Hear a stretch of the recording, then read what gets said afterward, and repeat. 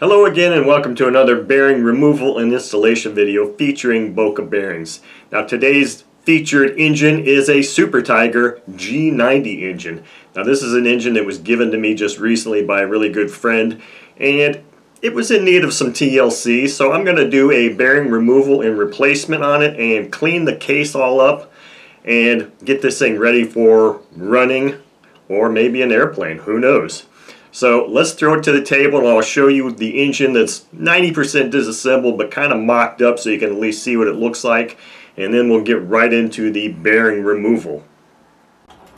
Okay, so here is, like I said, kind of the mocked up version of this engine.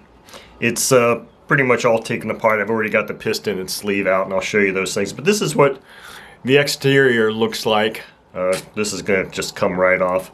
It's pretty dirty. Hopefully it'll get cleaned up really well in the ultrasonic cleaner, but this is, the Super Tiger G90. Now these engines were made in two different locations over the course of history. They initially started out being made in Italy, and then at some point, I don't know what the time frame was, they moved operations, or at least the manufacturing, to China. And really the only way you can tell that is the Italian made ones will say made in Italy on the right hand side of the case like this. The ones that are made in China no longer say anything. They just say Super Tiger. They don't say China on them or anything like that.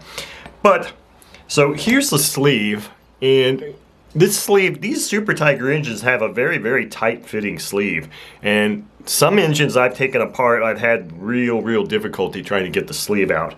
In this instance it wasn't too difficult, which I was very grateful for, because they can really be a bear sometimes. But I'm going to take this out when I've got the bearings out and polish this all up on the brass bristle brush on the grinder, and so it'll fit, it'll slide in there a little bit more easily.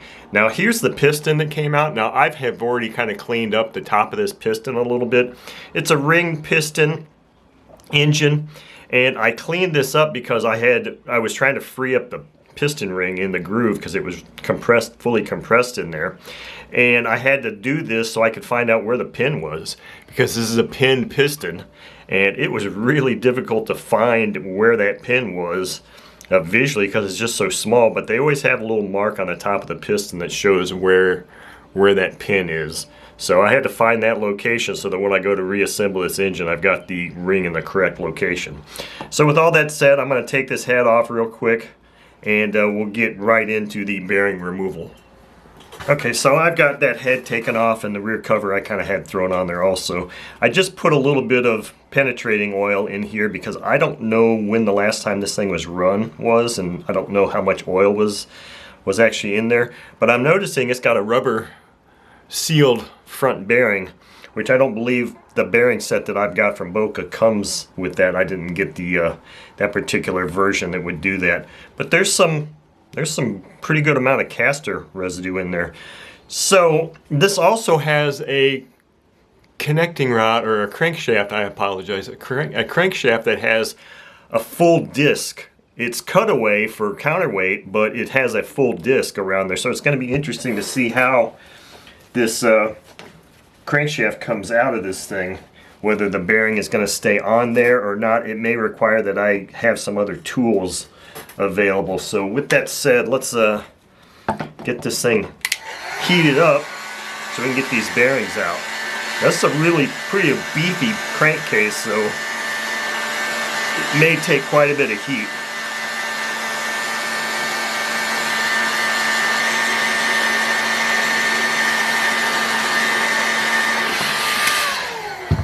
Let's see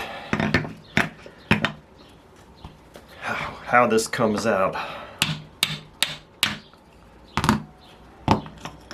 Okay, so the bearing came off on the, oh, I thought, okay, well, never mind. I thought that this had a full web, but it really doesn't.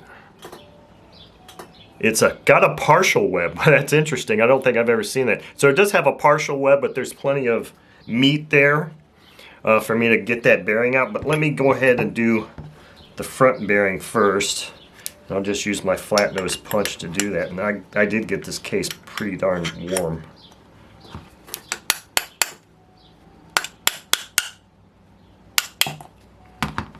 Okay, so, oh, that's interesting. I forgot about this little bearing bushing thing that is on these Super Tiger engines. So, I'm not sure exactly. I'll have to see if I can find an exploded parts breakdown and see if I can find something that tells me exactly what the purpose of that is, or, yeah, it's kind of warm, or where that goes back. I mean, obviously I think it was just behind the bearing, but it's kind of conically shaped in there. So I'm not really sure how that would ride in here. I guess it probably rides like that. So anyway, we'll figure that out. Let's go ahead and get this rear bearing off, and then we'll get this engine cleaned up.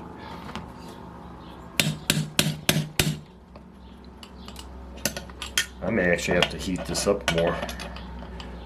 I'm holding this with my hand and it doesn't feel like it's very warm at all. But the bearing's coming off, so that's fine.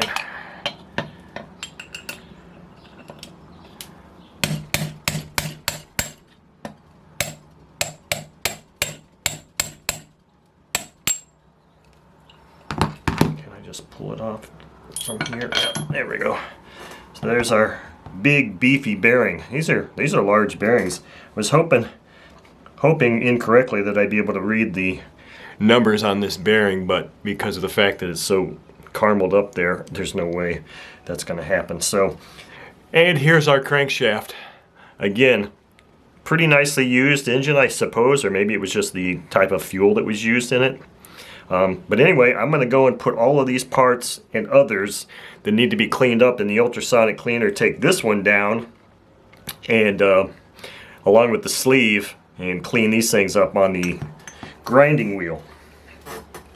Okay, so I'm back after having cleaned all these parts up, and I knew that there was a spot on this engine somewhere where it said China. It doesn't say made in China, but it just says China, and that would be on the rear cover. I don't know if you're going to be able to see it in there, but that's where it says China. I knew there was a spot on there that said China somewhere. It's just not on the side of the crankcase where it used to say Super Tiger made in Italy.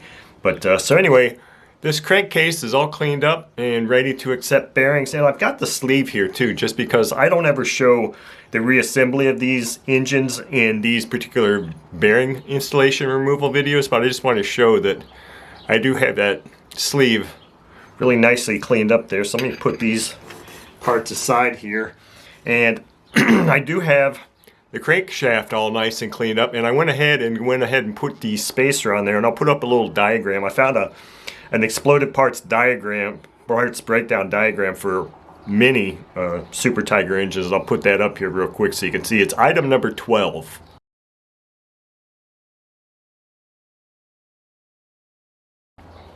So that's item number 12, this little spacer, crankshaft spacer is what it's called. I went ahead and just put that on. So we've got everything we need here. I've got the original bearings still here. Now this bearing that was rubber sealed is a 608 bearing. Now the bearing that came in the Boca kit that I purchased was not a rubber sealed bearing. It's a metal shielded bearing, but that's just fine. So I've got my bottle of Road Power, Lightning Lubes Road Power here that I use as my reassembly lubricant. Unfortunately, it's quite low. I think I've got enough material in my little glass jar, which is how I dispense it to lubricate these parts. So I'm going to go ahead and pull these bearings out first, talk about the kit number, and then I'll get these parts lubricated up and we'll get them installed. So the kit number for the Super Tiger G90 engine per the Boca website is ENK-108. Now this was just the base version. So let's go ahead and pull these bearings out of here.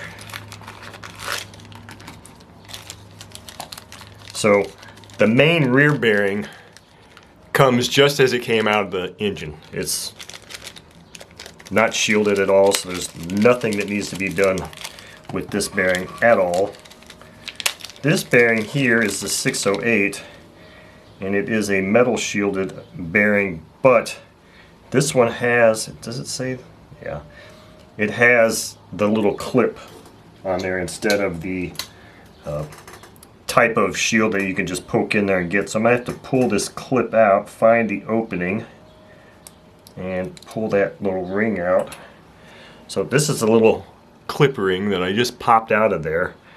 Now it's easiest to just grab a little magnet and lift that shield out. So these are bearings. This type of bearing is one that can be reused or cleaned, I should say, serviced and cleaned, because it has those parts that you can take it apart and not damage it. So, not damage the shield. So these things are ready to go now. So I'm just going to go ahead and start lubricating parts. I'm glad I found that parts breakdown, because I had totally forgot about having a spacer in here. I don't disassemble a whole lot of Super Tiger engines, so that was just kind of one of those moments. Doesn't seem to be a very common thing for two-stroke engines to have little spacers like that. I'm going to go ahead and get the inside of the case here where the sleeve is going to go in, ready to go also. Okay, so now all I need to do is heat this case up and install the bearing. So as usual, what I'm going to do is I'm going to install the front bearing, and then I'll put this rear bearing on the crankshaft right now, and then that will act as the front bearing will act as a centering mechanism, so that this goes in nice and straight. The only thing I need to do here is I'm going to have to adjust the height of this to accommodate the length of that crankshaft. When I go to install that in the bearing in there, I need to tighten that down really tight. That way when I put this thing nose down, it's not hitting the table, and it'll allow it to seat fully. So with all that, let me put my glove on. We will heat up this crankcase and complete this operation.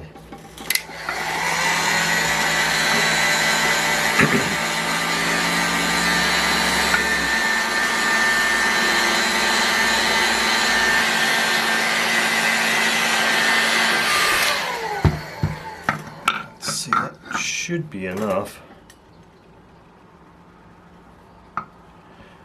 Move those bearings off my block.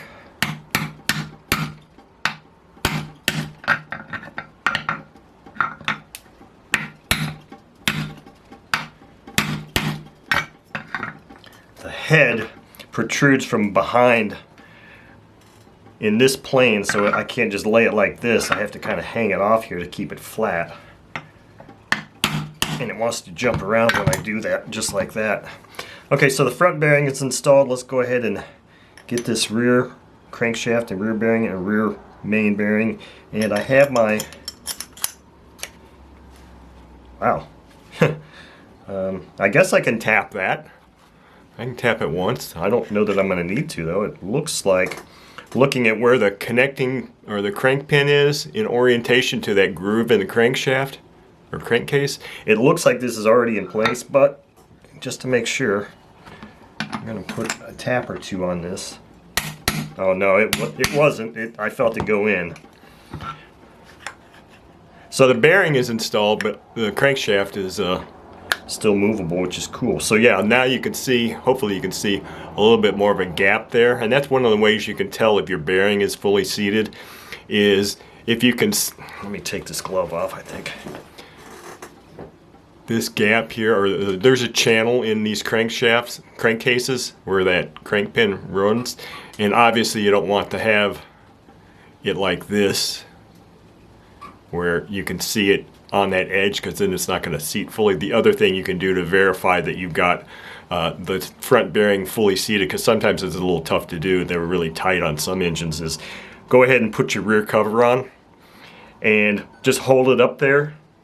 See if it sits flush, and if it doesn't sit flush, then you need to tap that in some more. So that concludes this video.